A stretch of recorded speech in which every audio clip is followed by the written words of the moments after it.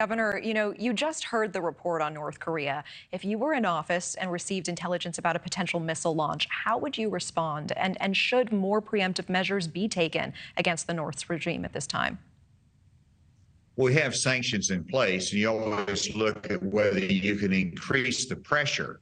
I also think that you have to build support internationally in the global community. We don't need to have another nuclear threat that is in that hemisphere. And so those are some things that need to be done. Whenever you look at North Korea as a threat, we have to take that seriously. And if there is some way that China can be a strategic partner, they were before in terms of North Korea.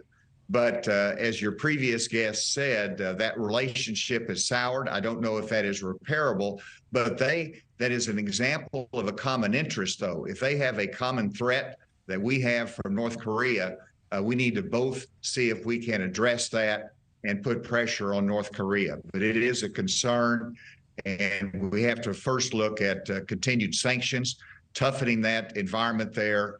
And also South Korea, of course, is so critically important to us, and our strategic interest is in making sure that they're protected as well. We are monitoring growing Chinese threats to Taiwan, meanwhile, as China expands its military drafts. So the question for you, do you support a democratic Taiwan? And if China invaded Taiwan, would you put U.S. boots on the ground?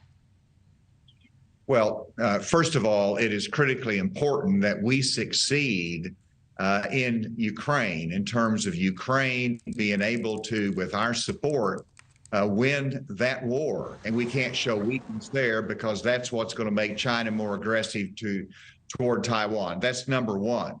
Secondly, we need to continue to utilize our bases in the Philippines to make sure that we send the signal that we are there prepared to assist Taiwan in their defense in the event that is necessary.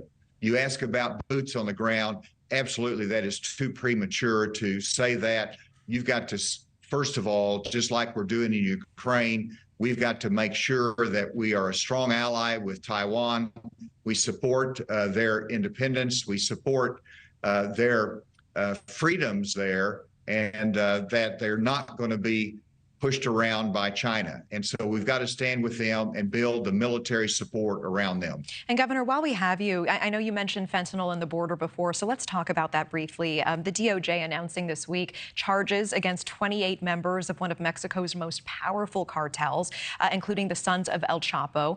How would you handle the cartels and the border situation? And do you think American boots should be sent over the border to help? Well, first of all, as a former administrator of the DEA, I'm very proud of our DEA agents and their success in this indictment.